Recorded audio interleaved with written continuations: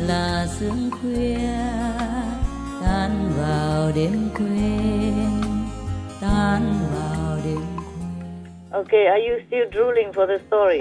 Yes, Master. I keep you waiting. Okay, it comes now.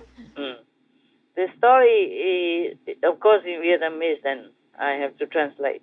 The title says something like, whatever you do is all for yourself. It's always for yourself. Meaning, you're not working for anyone else, even if you say you work for the world or whatever. I have always told you that. Yes, huh? Master. Yes, Master. Because you gain merit or you gain bad karma out of whatever you do. Yes. So whatever you do is all for yourself, bad or good. So better do good. Yes, Master. This story is one of the stories in that book that's published in Amsterdam, Holland, Netherlands in the 19th century.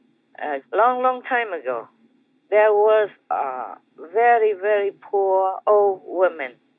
She stayed in a grass hut, a thatched hut, very shabby, and it was almost like it could collapse any time. Yeah, very poor and didn't repair it that often. And her thatched hut was in the suburb of a city, and it was near a forest.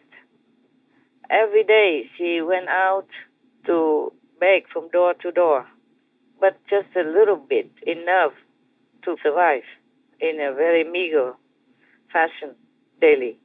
But even then, every time, though she was very poor and lived in such a very meager existence, every time she received some donation money from anybody, instead of saying thank you, like every other beggar, she always say one sentence all the time. She say, whatever you do is only for you, only for yourself.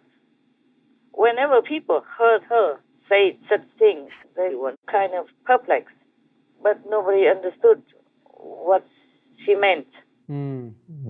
One time, she went to the palace, and then the queen gave her a good gift, a very decent gift. And this lady, the woman, she took the gift in her hand, and at the same time she said, whatever you do is only for yourself. Yes. And then the queen, hearing that, she feels so very weird.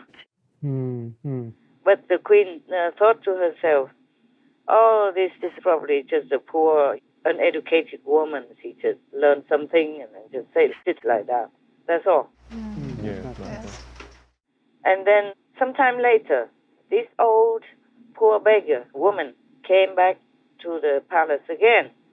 And this time, the queen gifted her with an even more generous gift, present, and donation.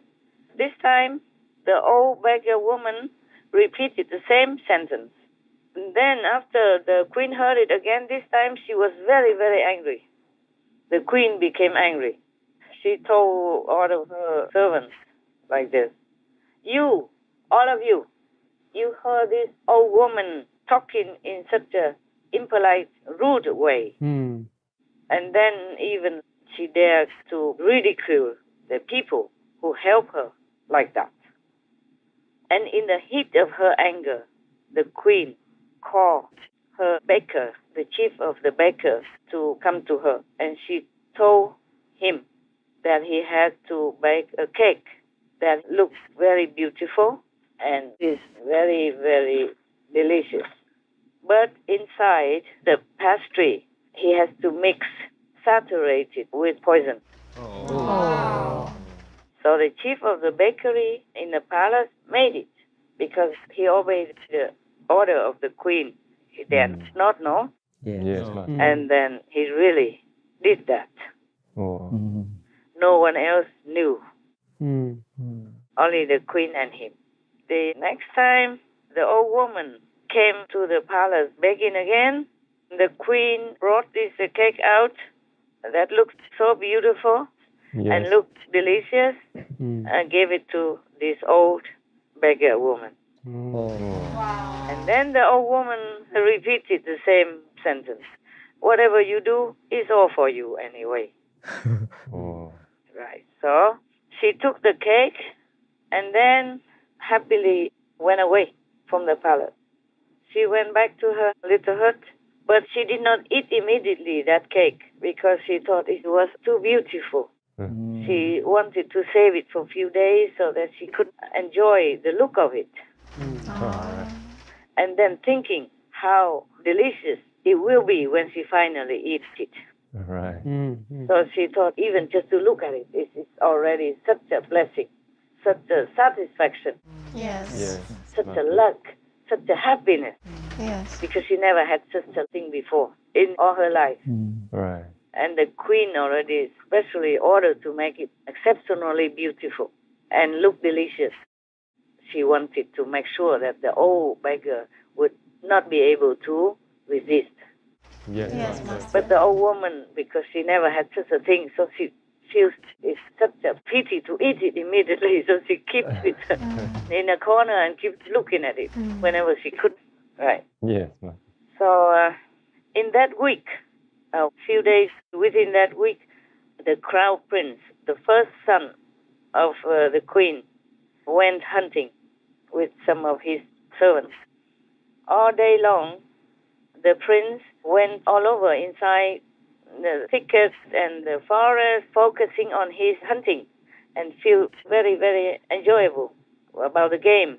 So he did not eat or drink anything because he was too concentrated on his hobby, hunting, hunting and running after animals, people, and all that. Because that's his the biggest hobby. He loved hunting. So on the way back to the palace, he feels now suddenly very, very, very exhausted. And then he was thinking, oh, why don't I just stop here and take a rest under the roof of this woman's hut? Yes, Because she lives next to the forest where he was hunting, you see, remember? Yes. Yeah. So he went to her door, her hut. Oh, when the old little woman, poor woman beggar, saw the prince come, oh, she was trembling with joy, yeah? Yes. With excitement. And then she very, very respectfully said to the prince, oh, how much honor, how lucky I am that a prince, such a precious guest, even steps into my humble hut like this. Yes.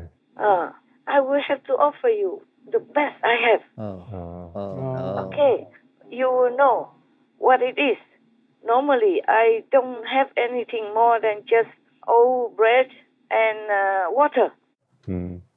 But luckily now, I just remember I have a beautiful cake. It's beautiful and looks delicious. I will offer it to you. Your Highness, would you like to eat one piece of this cake? And it's even specially made by your mother. Your very, very exceptionally kind mother that made it and give it to me. Would you like to have a piece? And then she brought the cake out and then give one piece to the prince.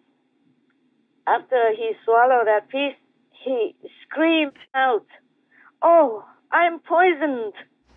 I'm poisoned. And he died. He fell to the floor and died immediately.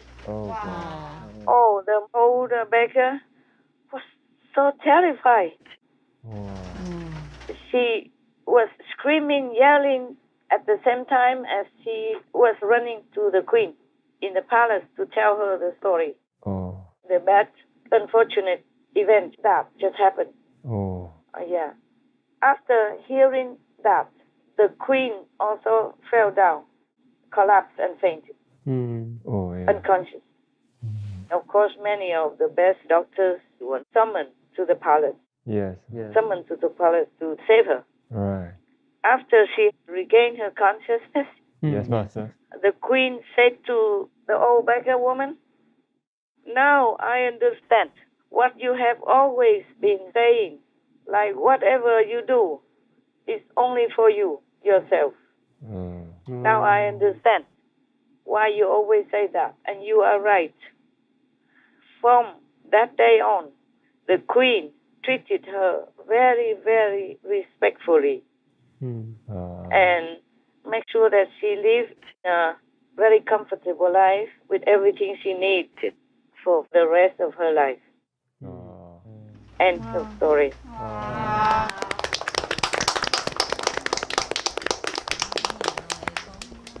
Oh, What you a see that, story. huh? Yeah. Yes, Master. Người như thuyền qua sông trôi mãi xa bờ, ta theo dòng mưa đông bên đồi làng